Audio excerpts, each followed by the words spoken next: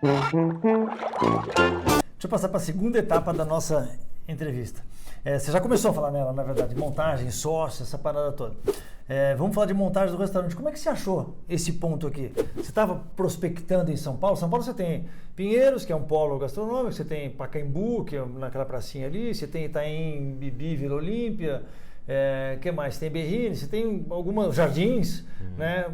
Como que rolou este ponto aqui? Como é que você estava vendo um monte de coisa e se deparou com esse ponto aqui, ou você falou, não, tem que ser Pinheiros? Não, eu e meu sócio, a gente discutia bastante essas questões de conceito. Nós, no Rio, resolvemos por Ipanema por questões conceituais.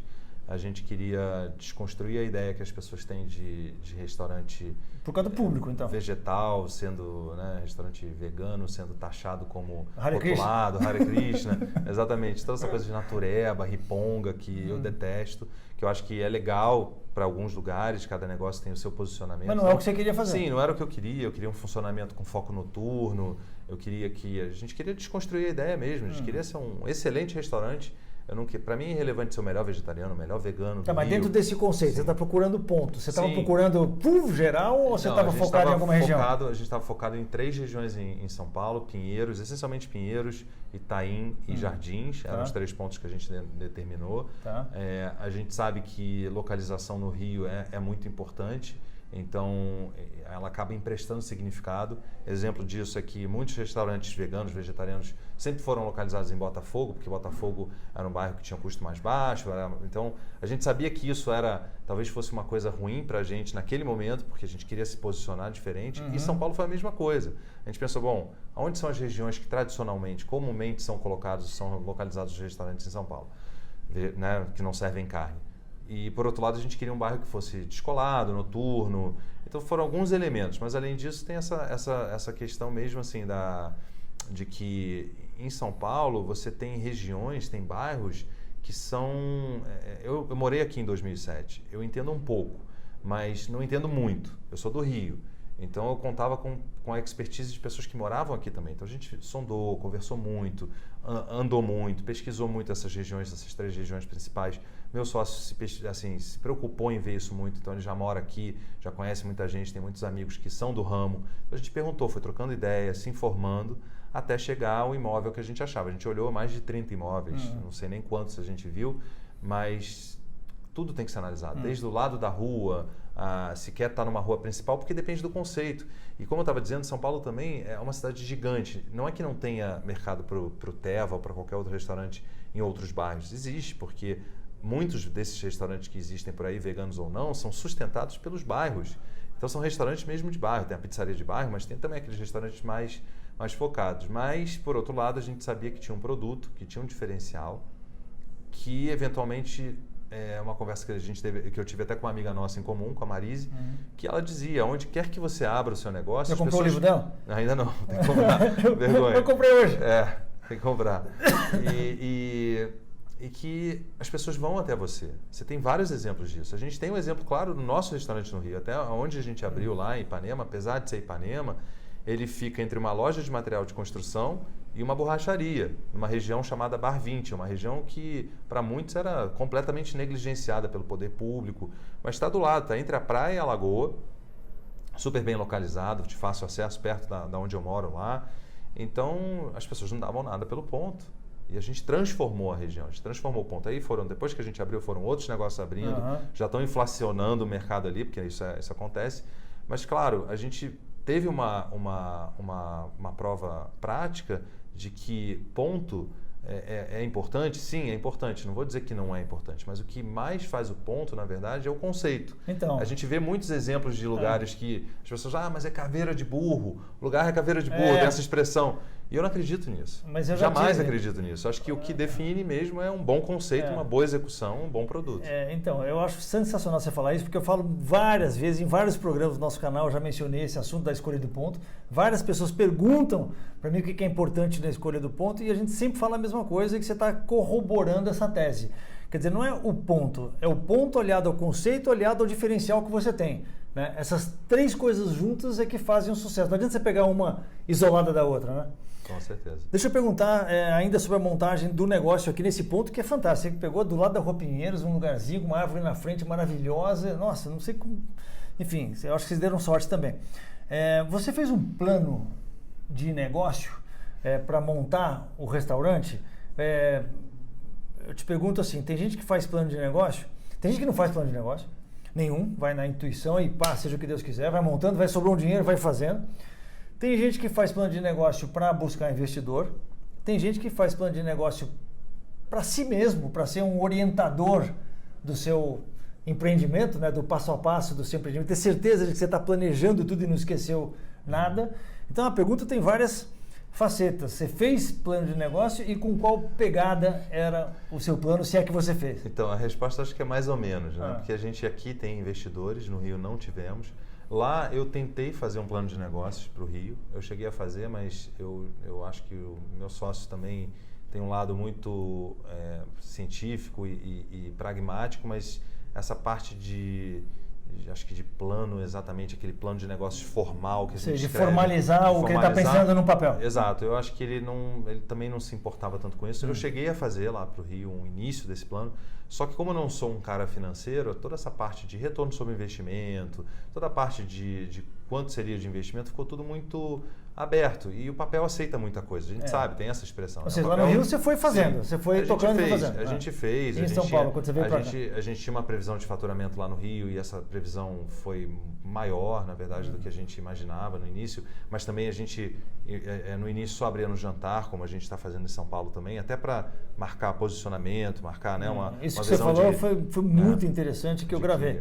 Que você vou replicar para a audiência. Você falou que está abrindo durante o jantar no começo para fazer com que as pessoas entendam que isso é um restaurante normal, legal, bacana, restaurantão, e não simplesmente uma coisa de almoço que é uma comida rápida que o cara tem que comer vegano, vegetariano para matar a fome ou para comer alguma coisa naquele horário da meio-dia 1. Não, Exatamente. Tem que ser uma experiência, por isso que você resolveu abrir à noite. Eu achei isso muito legal. A gente está numa categoria, eu não acho assim, são várias respostas dentro de uma mesma pergunta. A gente está numa categoria de entretenimento, de experiência.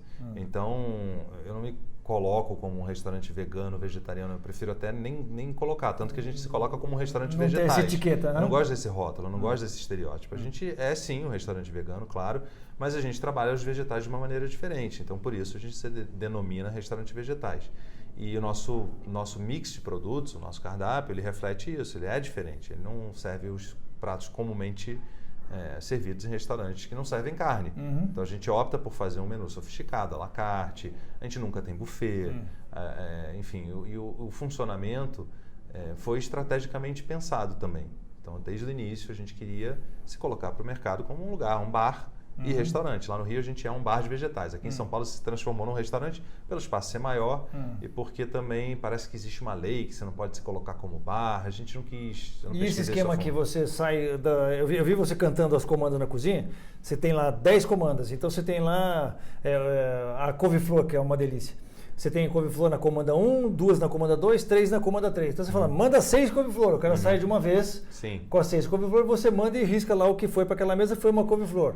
Aí depois pode chegar outro prato daquela mesma mesa. Quer dizer, a pessoa sempre tem alguma coisa na mesa, mas não necessariamente ao mesmo tempo. Ao mesmo tempo, e é muito para compartilhar. Isso é parte do conceito. Sim, isso é parte do conceito também para desconstruir a ideia que as pessoas tinham daquela coisa de comida PF. Eu tenho o meu prato, você tem o seu prato. Individual. Então, isso lá no início do Teva no Rio, o cardápio era diferente, o cardápio sempre mencionou isso, é para compartilhar. Não é para compartilhar, não é que seja um prato individual, né, com aquele pratão estilo... o super parmegiano. Exatamente. Aqueles pratos gigantes, exatamente. Que você vai compartilhar, a mesa inteira vai comer. Mas a ideia é que as pessoas provem esses novos sabores. Compartilhar potinhos, quase um tapas. Um tapas, exato. Até porque meu sócio era sócio de um restaurante de tapas espanhol. E aí essa questão era isso, parte do conceito de chegar e também para endereçar uma limitação nossa. Lá no Rio a gente não tem uma estrutura que permita, por exemplo, você servir mesas enormes de 8, 10 pessoas todas ao mesmo tempo. A gente tem um fogão de 3 bocas. Não tem condição, né? São 6, mas são 3 na frente. Tem o chapa, tem o charbroiler. Mas mesmo aqui que você tem, o conceito fica aqui, muito legal. Exato. Porque a pessoa tem sempre alguma coisa na frente. Exatamente. Então a gente tem é óbvio que a gente tem que combater um pouco a cultura e caso a caso a gente pode até, numa situação em que você tem uma mesa de 2 em que um casal quer os 2 pratos ao mesmo tempo, a gente orienta a equipe para explicar o conceito e caso o casal em questão queira, a gente vai priorizar para mandar junto. Mas se não for o caso, a gente... Ele explica o conceito, se o cara quiser, vai mandar tudo junto. Se ainda assim... E acontece, mas 90% não quer, né? Mas depende, porque depende também da situação. No Rio a gente começou a abrir para almoço. E aí as circunstâncias de consumo são diferentes. É lógico, aí o cara quer tudo junto. O cara tá indo almoçar lá num dia de semana. Ele tem 50 minutos. Então é óbvio que os pratos devem chegar quase no mesmo tempo. Nossa. Só que a gente tem uma limitação lá, por ser pequeno e ter 40, 50 lugares quando a gente usa as mesas fora. Então, se tem uma mesa grande, às vezes tem mesas até de 10, 12 que chegam, aí é difícil mandar o mesmo. Ou seja, você tem que adaptar o conceito, mudar o conceito para o almoço e para o jantar. A gente muda um pouco. A gente voltou a falar de conceito, a gente está falando de plano de negócio. A gente muda um pouco. E aqui a gente está nesse processo, né? Então ainda não está muito claro, a gente está sentindo o mercado, porque a cultura é diferente também. A gente não pode achar que o paulista que frequenta o Teva no Rio, às vezes frequenta numa diferente circunstância também. Ele está de férias, está lá mais tranquilão. E aqui em São Paulo a circunstância é diferente. Então a gente tem que sentir a cultura, sentir como as pessoas vão responder. Mas a nossa orientação da equipe da cozinha para o salão é essa. De explicar que é um conceito de compartilhar. Entenda qual é o momento do cliente. Sim, mas tem que ter essa sensibilidade. Porque tem gente que, às vezes, depende da geração, se é uma pessoa de mais idade, de repente que tem uma cabeça mais fechada. Que não está acostumado. E que também tem um pouco a ver com isso. Se você me perguntar qual é o meu público, eu vou te dizer, depende, porque é muito difícil. Você pode também falar em percentuais, sim, né? E que não estava no plano de negócios. Porque 90% estimado, né, pelo que a gente vê, ou talvez um pouco menos, 80%, são clientes que não são veganos nem vegetarianos sequer. Vão porque gostam da comida, gostam do conceito. Exato. E voltam. E voltam porque às vezes estão até assim, se perguntando como é que faz isso, como é que faz um brócolis desse jeito, como é que faz uma couve-flor, como é que corta um carpaccio tão fino. Eu aprendi, só de olhar a janelinha eu já aprendi a fazer o couve-flor. Se quiser me pergunta aí, deixa uma observação que eu te falo. Exatamente. Então tem essa questão, né, de como identificar seu público. Então eu vejo pessoas de 7 aos 80 anos frequentando o Teva e eu acho que o que determina mesmo é uma adequação a pelo menos uma cabeça aberta para provar o novo. Porque se você for ver, tem gente que vai chegar e vai dizer, não, mas a música está muito alta, a luz está muito baixa e às vezes a pessoa pode até ter, sei lá, 20, 30 anos e achar aquilo ali. Mas por quê? Por quê? Porque ela às vezes acha que o restaurante que não serve carne tem que ser daquele jeito. Sim. Ele não pode ter música alta, ele não pode ter luz baixa. Ele acha que tem que ter música da Enya. Se não tiver música da Enya tocando, não vale. Entendeu? Mas volta para o plano de negócio. No Rio de Janeiro você falou que foi meia boca, não sei o quê, você foi mais na intuição, mas e em São Paulo? Que você tinha sócio, prospectou, aí já estava um plano de negócio mais para busca de investidor ou para você se organizar? Foi mais focado para a busca de investidor. A gente queria investidores que fossem de São Paulo também para ter esse engajamento com a comunidade também daqui. Então, a gente fez um plano de negócios, mas foi mais uma apresentação para os investidores, com os números e com toda... Com investimento. Sim, o investimento foi o que foi planejado no plano de negócios ou passou? Sim. O nosso investimento, o meu e do meu sócio, foi acima. Diria que uns 20% acima. Mas o investimento dos sócios foi amarrado. Então a gente tinha as cotas, a gente definiu as cotas, a gente estimou o valor da empresa, fez um valor. Então você gastou mais para ficar com o mesmo percentual que você já tinha se comprometido? Sim. Mas esse foi um risco do. Você é um cara generoso, né? Eu chegava para o sócio e falava, vamos dividir, vamos rachuchar esse extra. Aí você não falou isso para eles? Não, mas para a gente o que é combinado é combinado. Você é muito bonzinho, cara. O que é combinado. Sócio, E deixa eu te perguntar uma coisa. Como foi a contratação? Assim, vamos passar para a parte da montagem. Contratação de pessoas. Você tem a parte da cozinha e parte de serviço. Tá? São duas coisas diferentes. Quando você está contratando, são duas equipes diferentes. Quais eram as exigências das pessoas? Eles fizeram um teste? Quanto tempo antes você contratou essas pessoas? Como foi o treinamento dessas pessoas de cozinha e de serviço, assim, separadamente? Comenta um pouco como... Eu tenho uma curiosidade tremenda, porque o conceito é completamente diferente, né? Sim. A equipe de salão, eu confesso que eu não participei muito. A gente tem um gerente que veio do Rio e ele já veio Na missão. Passou um período no Rio, com a gente lá no Teva, no Rio, absorvendo nossos valores, nossa cultura que a gente achava importante.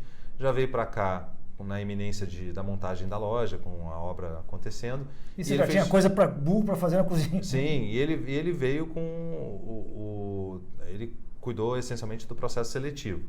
Então a gente tem, por ser uma empresa B, nós somos o primeiro restaurante que tem a certificação do Sistema B. Explica para a galera o que é uma certificação super importante para negócios que têm uma visão mais colaborativa, que querem o melhor para o planeta. Enfim, são questões socioambientais, não só ambientais. Quem que certifica? É o B-Lab. É uma empresa americana e eles têm...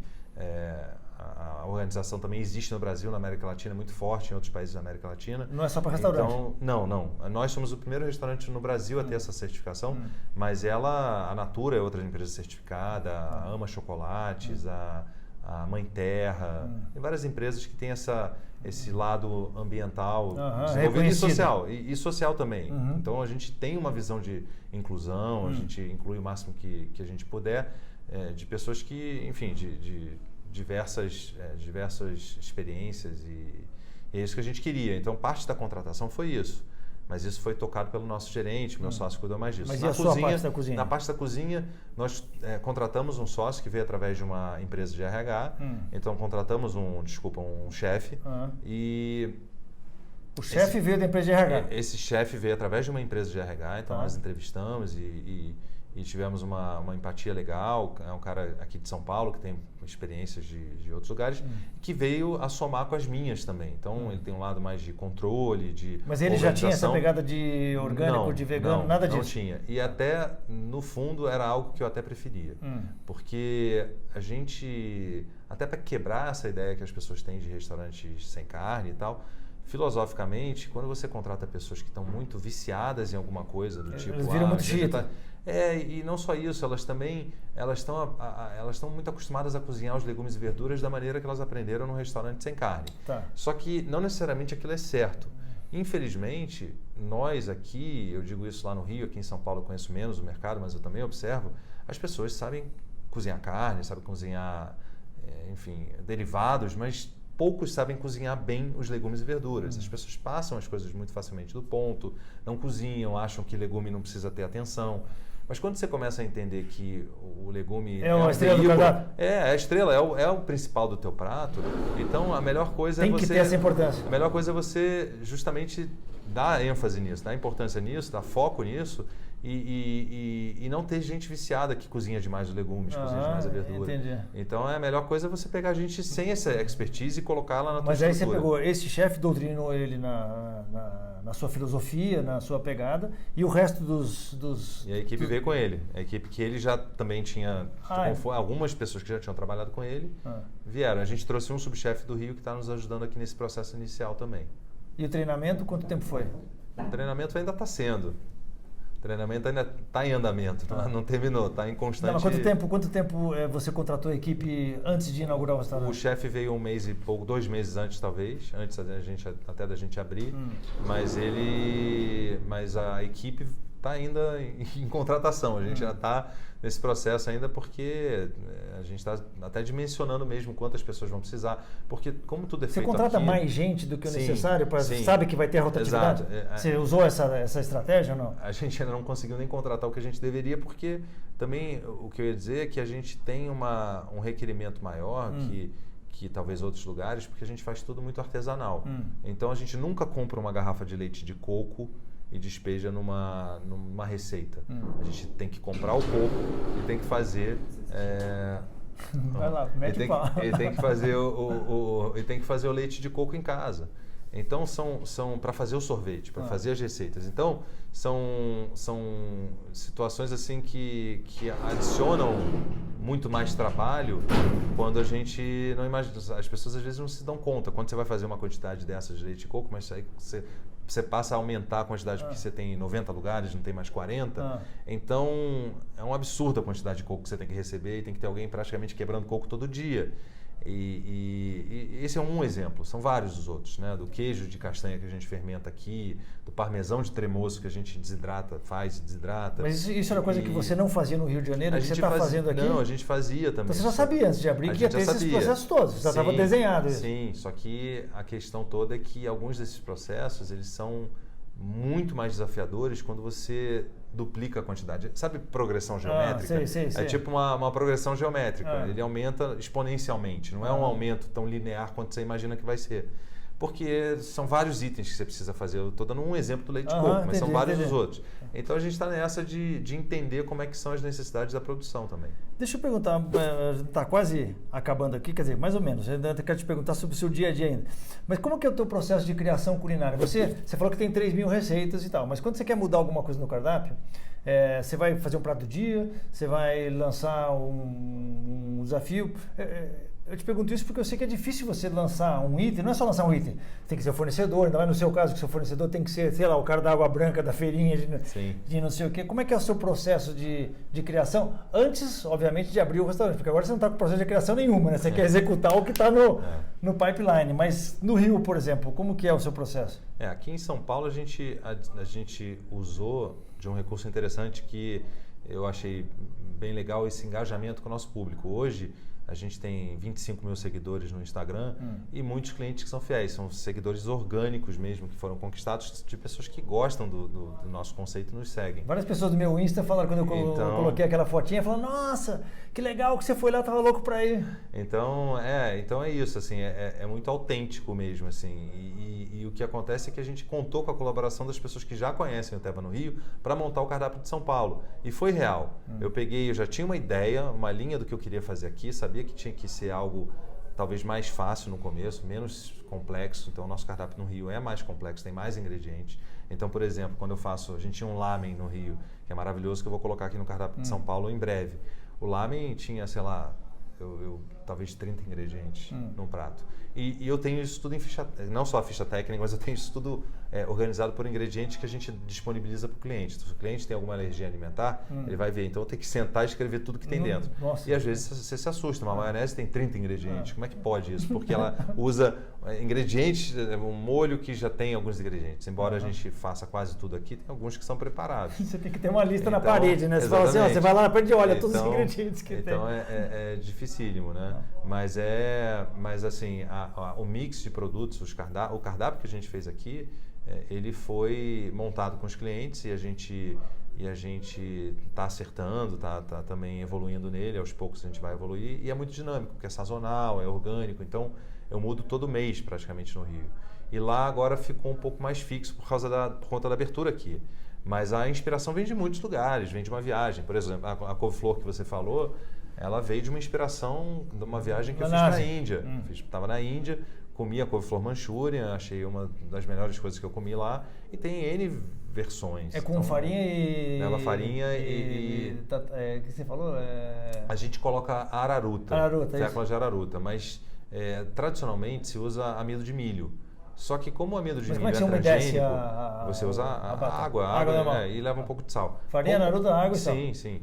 No caso, assim... já entregamos. Mas a maior parte das pessoas usa amido de milho. O amido de milho tem uma textura diferente da araruta, enfim, vem de outra fonte. Mas o amido de milho, sendo transgênico, é um problema pra gente aqui. Então a gente não usa amido de milho, a não ser que existisse orgânico. Mas no Brasil, até onde eu sei, eu não conheço amido de milho orgânico. Então a gente prefere usar a araruta que, enfim, tem outros benefícios. Mas é isso, a inspiração vem de viagens, livro que você lê, qualquer coisa, muitas ideias. A gente tem um bolinho de baião, por exemplo, que foi, enfim, é um bolinho de baião de 2 com maionese de lambão e a couve frita, que vem de uma inspiração mais brasileira. A gente tinha um quiabo com crouton de acarajé, com molho caruru, que era maravilhoso na abertura do Teva lá no Rio. E hoje a gente faz uma versão dele no Vegetal do Dia, que era um ponto que eu ia te falar, que a gente criou, que os restaurantes que servem carne, peixe, enfim... Sim, tem o prato do dia. Tem o prato do dia, o peixe do dia. Geralmente é a proteína do dia. Isso, né? A gente tem o Vegetal do Dia. Sensacional.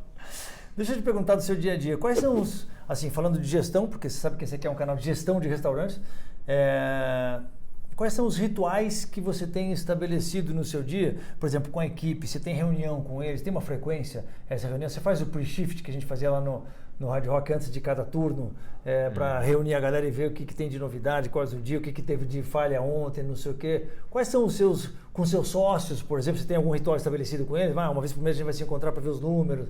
Me conta um pouco o que você tem de combinado já, de parte dos seus rituais. Aqui em São Paulo a gente está implementando essas coisas. No Rio a gente tem reuniões que a gente chama de comitês. Então a gente tem sempre uma reunião de equipe, de salão, cozinha, as lideranças, a gente tem, e fica aberto para quem quiser participar, mas normalmente são os maîtres, o gerente, né? No caso a gerente agora, e o chefe de cozinha, e eu e meu sócio participamos quando estamos lá. Toda semana? A cada 15 dias. Então a gente tem isso, é bem regrado.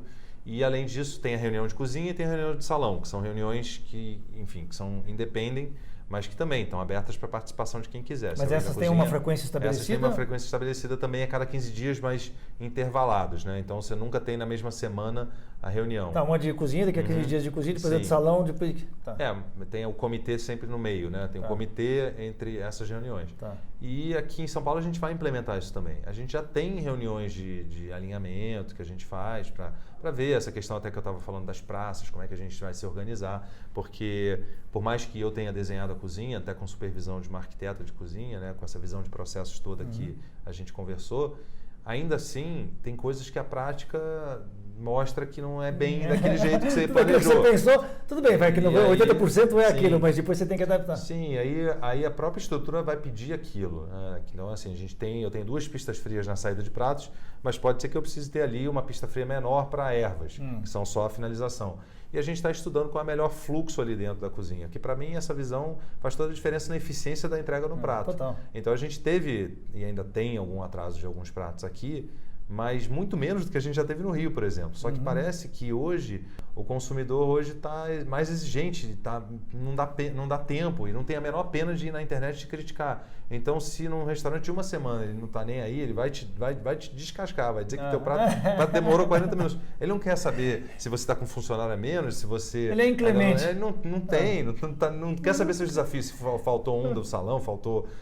não quer saber. Lógico. Ele simplesmente quer... O cara está muito exigente. E tudo bem. Em São Paulo e Rio de Janeiro, mais ainda. Só que, infelizmente, a gente tem que lidar com todos esses desafios e lidar também com essa questão da mídia social, que hoje empoderou as pessoas de tal maneira que podem falar o que querem, mas às vezes precisam escutar também o que não querem. Só que aí você não tem o canal de volta, né? Isso é uma desgraça.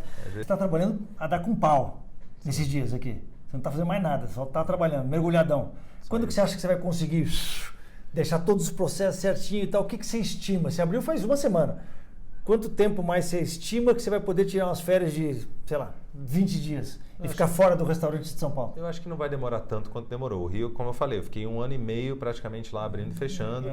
Aqui a gente já nasceu com uma estrutura mais profissional, mais organizada. Agora é só uma questão de botar essas coisas em prática e ter mais equipe. Está faltando gente. A gente vai fazer isso em breve, vai ter mais gente na equipe. Você acha que mais uns 2 mesinhos você consegue? Eu acho que talvez em pouco tempo. Porque tá com saudade do Rio de Janeiro? Estou com saudade, não posso deixar de ir para lá, né? Tem que visitar lá. Biron, um grande abraço, cara. Eu fico muito empolgado com o sucesso do Biron, muito admirado e muito orgulhoso. Porque eu vi essa transformação acontecer, cara, e hoje tá frequentando aqui esse restaurante do lado de casa, é realmente muito orgulho, Biron. Você está de parabéns, cara. Poli. Você é um monstro. Obrigadão. É isso aí, pessoal. Não esquece de curtir se você viu esse vídeo, quer indicar para algum amigo. Não esquece de se inscrever no canal se você não está inscrito ainda. E não deixa de ir nos cursos da cozinhadopolite.com.br. Tem um monte de cursinhos interessantes, rápidos, de gestão de restaurante que eu acho que você pode se interessar para melhorar a gestão do seu negócio. Um grande abraço, até a próxima semana.